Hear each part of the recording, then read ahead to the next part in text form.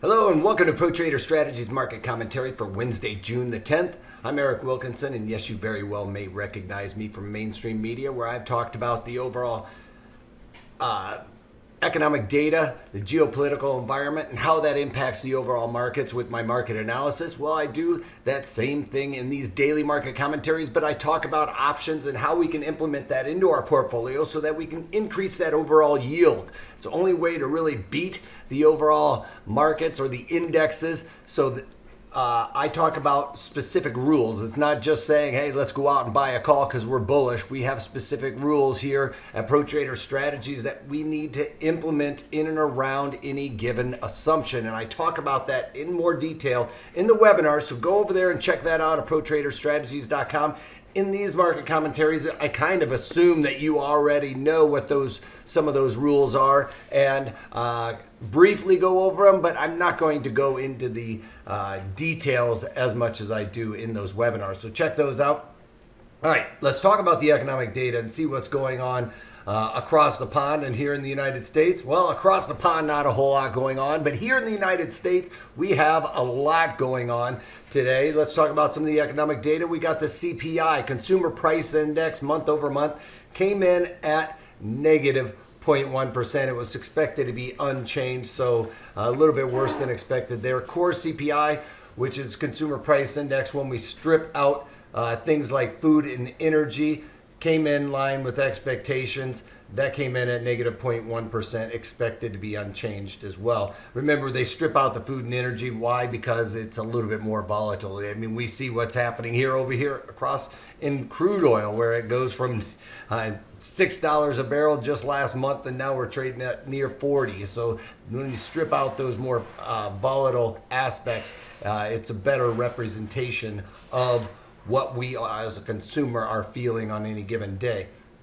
All right, finally, we also got crude oil inventories coming in at a build of 5.7 million barrels, expected to be a drawdown of 1.8 million barrels. Now, we've been seeing this drawdown come in crude oil, thinking that it was actually because of demand there. We're seeing the continued cutbacks in OPEC. That should limit some of that supply. Well, this number right here showing that build is that there is still a lack of demand for crude oil and or the distillates that come from that, like gasoline.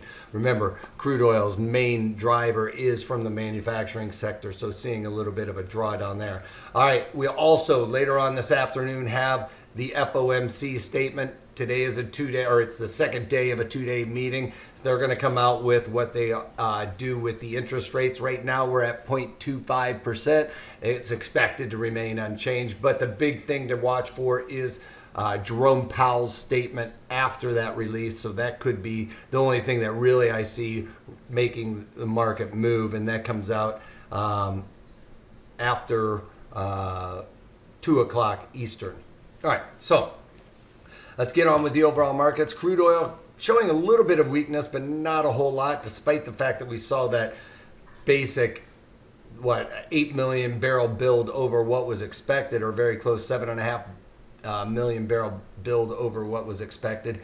Seeing some strength here. It's still trying to cover that gap to 41. I don't know that we're going to see that, especially with this build in crude oil. I think that that's going to continue to wane on this market. It hasn't gotten below that 9-day moving average, so that is short-term bullishness. A break below that would probably cause a correction back down to test the 30 handle, all right? So keep that in mind going forward today. And what the FOMC statement comes out with could influence that as well. Because remember, I talk about the beige book. That's what we get a couple of weeks ahead of this FOMC meeting. And they get something that's called the blue book. And that is a little bit more updated on these different economic areas of the United States. So they get a little bit closer picture as to what's going on currently than what we've seen in that beige book. And that could influence some of their decision as well, or at least their talking points. I don't think it's going to influence their decision necessarily. The interest rates are super low right now. They don't want to see those go negative, so they're not going to lower interest rates, and they're definitely not going to raise interest rates at this time. So it's going to be more about the talking points and what the economic picture looks like in these different areas of the United States. Gold futures making that climb back, moving up about $2 today. That is back into the 17 after yesterday's rally. We are kind of back into that swath that I've been talking about between 1660 and 1787. I think we're going to continue to build volume and time right here, as close to 1750 as we can hit that mark. And we kind of went up and started testing that area this morning. Seeing a little bit of weakness now that the equities are making a bit of a comeback as well. So we were seeing some strength in gold when equities were down on the open for the most part. Now we're starting to see some money come back into these equities, and that's going to cause weakness there in gold as well. Bonds, though, aren't showing that. They're up another point, but that's because they got overdone to the downside. You guys heard me talk about this. It's way overdone to the downside. The Fed is not going to increase interest rates. The long term is kind of showing that going out, we are going to have higher interest rates. But listen, the last time we saw this type of economic move, which was in basically 2009, we went almost, nine years or so that before they started raising interest rates or started seeing the interest rates start to climb. Well, I think that that's going to be the case here. Not necessarily 9 years. I don't think that it's going to take that long for a recovery, as the easy money and the stimulus packages that the government is doing now versus trying to do it the way that the last administration did. This should speed up the recovery quite nicely because it creates velocity of money. And that's one of the things that I said with the policies of the last administration is they kind of stifled the velocity of money, whereas this administration is really trying to champion that. Let the people spend their money how they will, and that then is spent in different areas. You and I are going to spend our money differently, and therefore that will help the overall economy much better. Telling you to go out and buy a car really kind of pigeonholes that money and stifles that velocity of money. All right, so VIX is off a little bit from the highs that we saw today because we're seeing this move in the equities, as we can see here. Now NASDAQ up over 112 points. Yes, 10,000, you guys, in the NASDAQ. That is a new all-time historical high and a historical number, to be quite honest. Remember, we used to put on Dow 10,000 hats, and now we're seeing this over here in the NASDAQ. It's really being driven by the FANG stocks, and as they are doing well, and they should be in this type of environment. They are all set up for that, but a historical number here with the NASDAQ above 10,000. That is absolutely mind-boggling, to be honest. All right, we've got the Dow Jones Industrial Average off just by about 140 points. People are going to be following those leads in the tech sector, and that is really what's driving the economy, because right now, think about it, the blue chip stocks are really laggers. We're going to have things in there like Caterpillar and some of those companies that aren't going to do so well in this type of economy, and that is making sense. We're seeing the Dow Jones come right back down to the point of control right here. That is the sweet spot for this index, and I think it's closer to value than what we're seeing in some of the other ones. The NASDAQ might be getting a little overdone to the upside, and I've been saying that for a while, despite the fact that I am tech heavy in my portfolio. On the long side, that's kind of where it seems to be, and in the general consensus for the most part. Here we have the E-mini S&Ps 3200 testing that value area high again. Now remember, the value area is where 70% of the volume and open interest lies, so you start getting above that, that's where we start seeing some angst. The longs want to cover the shorts. The shorts are kind of feeling the pain a little bit, but that's starts getting a little overextended there to the upside.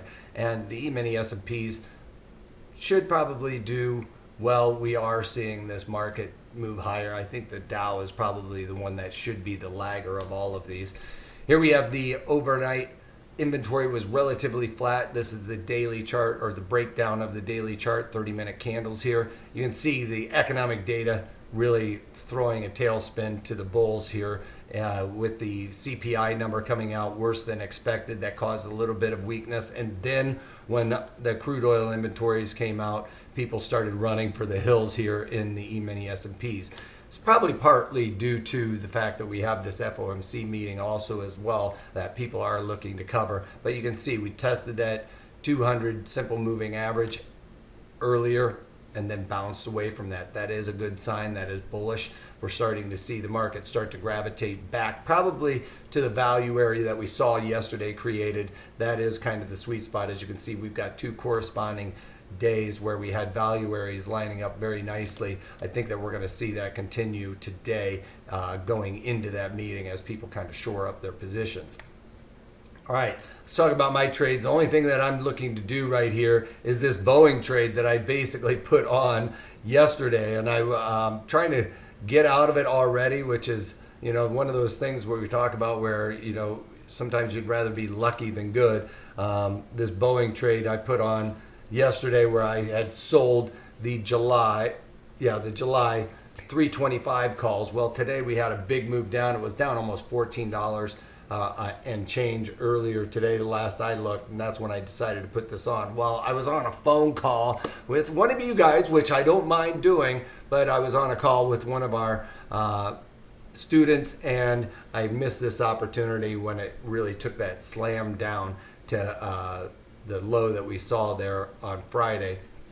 So I am looking to get out of this trade here. I'm working in order to get out for $1.85. It did get down to $1.50, so I probably could. It traded $1.50 before I put that trade in. I was on the market, and the market just got away from me. I didn't start chasing it. I'm going to leave it on there right there. That would be about 50% of my max profit, just slightly higher, but by only a couple of pennies. And on a one-day trade, I'll be happy to take that. So I might very well look to cover this trade today.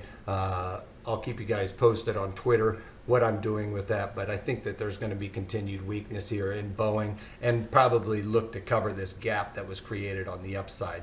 Boeing, we talked about this, the order cancellations, and does not look like they are out of the woods yet. So this move is a little bit too parabolic for my liking, and I'm going to look to get out of this. Remember, my strike location 225 is way up here, and with the headwinds that Boeing has, no pun intended, I don't see them doing very well going forward for at least the next several months, and probably even 2020.